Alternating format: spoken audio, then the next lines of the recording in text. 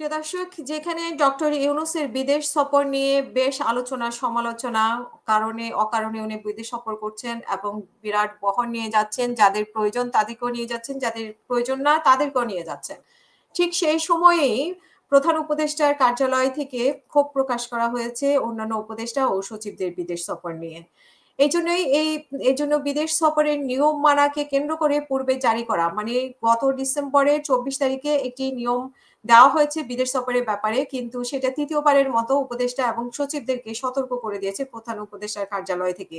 একই সঙ্গে আগামী জাতীয় সংসদ নির্বাচনের আগে কম গুরুত্বপূর্ণ বিষয়ে বিদেশ সফর এড়িয়ে চলার নির্দেশনা দেওয়া হয়েছে উপদেষ্টা ও সচিব সহ দপ্তর ও সংস্থাকে।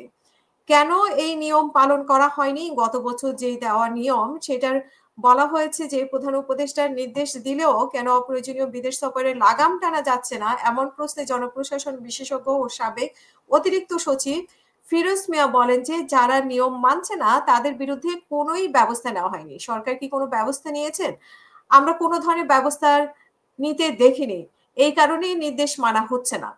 তিনি বলেন যে ২-১ জন শীর্ষ কর্মকর্তার ব্যাপারে যদি এই নির্দেশ অমান্যের জন্য শাস্তি দেওয়া হতো, তাহলে কঠোর শাস্তি দেওয়া হতো, তাহলে এই নিয়ম লঙ্ঘন করতো না পরবর্তীতে অন্যরা। বারবার চিঠি দিয়ে সতর্ক করার সত্ত্বেও একে মানা হচ্ছে না এবং সেখানে ১৩টি নির্দেশনা দেওয়া আছে বিদেশ সফরের ব্যাপারে। প্রধান উপদেষ্টার পক্ষ থেকে ৯ ডিসেম্বর মুখ্য সচিব সিরাজ উদ্দিন মিয়া সই করা সেই ১৩টি দফা হচ্ছে সাধারণভাবে বিদেশ ভ্রমণে নিরুৎসাহিত করা, বছরে সম্ভাব্য বিদেশ ভ্রমণের একটা তালিকা জানিয়ে রাখতে হবে, বিদেশ ভ্রমণের জন্য মন্ত্রণালয় ভিত্তিক ডেটাবেস তৈরি করতে হবে, প্রধান উপদেষ্টার অফিসের কাঠামো তৈরি করে দেবে এবং এর তথ্য সংরক্ষণ করতে হবে। সর্বস্তরে সরকারি কর্মকর্তাদের একাধারে বিদেশ ভ্রমণ পরিহার করতে হবে। মন্ত্রণালয়ের দায়িত্বপ্রাপ্ত উপদেষ্টা ও সচিব একই সঙ্গে বিদেশ ভ্রমণ সাধারণভাবে পরিহার করতে হবে। তবে জাতীয় স্বার্থে এমন ভ্রমণ অপরিহার্য বলে সুনির্দিষ্টভাবে উল্লেখ করতে হবে।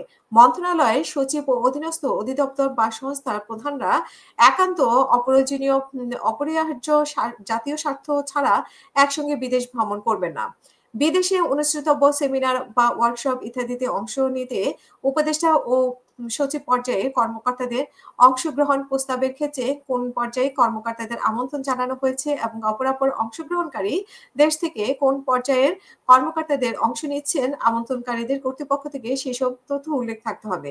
বিদেশ ভ্রমণের প্রস্তাবনায় ভ্রমণের প্রয়োজনীয়তা ও প্রস্তাবিত কর্মকর্তাদের ওই কার্যক্রমে সংশ্লিষ্ট উপযোগিতার বিষয়ে উল্লেখ থাকতে হবে। কেনাকাটা, ফ্রি শিপমেন্ট, ইন্সপেকশন কিংবা